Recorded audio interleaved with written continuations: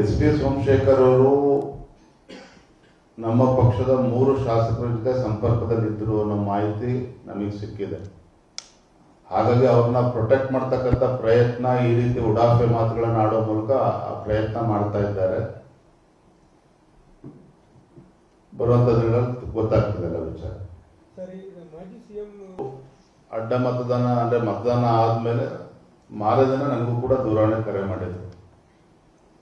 ನಾನು ನಿಮಗೆ ಅಧ್ಯಕ್ಷ, ನಿಮಗೆ ರೀಚ್ ಆಗ್ತಕ್ಕಂಥ ಪ್ರಯತ್ನ ಮಾಡಿದೆ, ನೀವು ಫೋನ್ ಸಿಗ್ಲಿಲ್ಲ, ಆದರೆ ನಿಮ್ಮ ಪ್ರಧಾನ ಕಾರ್ಯದರ್ಶಿಗೆ ನಾನು ದೂರವಾಣಿ ಕರೆ ಮಾಡಿ ಮಾಹಿತಿನ ಕೊಟ್ಟಿದ್ದೆ ಅನ್ನೋ ಮಾತನ್ನ ಹೇಳಿದ್ದಾರೆ.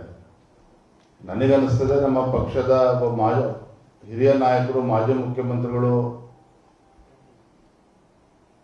ಆ ಮಾತನ್ನು ಹೇಳಿದಾಗ ನಮ್ಮ ಪ್ರಧಾನ ಕಾರ್ಯದರ್ಶಿ ಕೂಡ ನಾನು ದೂರವಾಣಿ ಕರೆ ಮಾಡಿ ಕೇಳಿದೆ. ಅವರು ಹೌದು ಸದಾನಗೌಡರು ಫೋನ್ ಮಾಡಿದ್ರು, ಆದರೆ ಸ್ಪೆಸಿಫಿಕ್ ಆಗಿ ಯಾವುದೂ ಮಾಹಿತಿ ಕೊಡಲಿಲ್ಲ.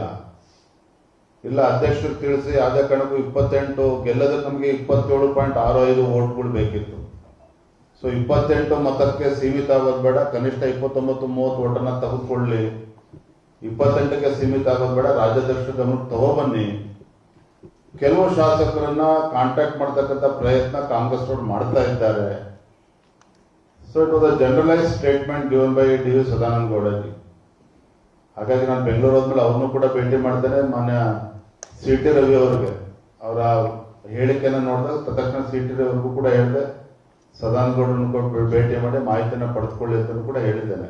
ಸದಾನಂದ ಗೌಡರು ಒಳ್ಳೆ ಉದ್ದೇಶದಿಂದ ಹೇಳಿದ್ದಾರೆ, ಅದ್ರ ಬಗ್ಗೆ ನಾನು ಪ್ರಶ್ನೆ ಮಾಡ್ತಾ ಇಲ್ಲ. ಸೊ ಈ ರೀತಿ 18ನೇ ತಾರೀಕು ಮತದಾನ ಇದ್ದಾಗ 2-3 ದಿನಗಳ ಕಾಲ ನಮ್ಗೆ ಈ ರೀತಿ ಮಾಹಿತಿಗಳು ಬರ್ತಾನೆ ಇತ್ತು. ಆ ರೀತಿ ನಾನು ಶಾಸಕರ ಬಗ್ಗೆ ಅನುಮಾನ ಪಡ್ಕೊಂಡು ಹೋಗಿದ್ರೆ 63 ಶಾಸಕರ ಮೇಲೆ ಕೂಡ ಅನುಮಾನ ಪಡ್ತಕ್ಕಂಥ ಪರಿಸ್ಥಿತಿ ನಿರ್ಮಾಣ ಆಗ್ತಾ ಇದೆ.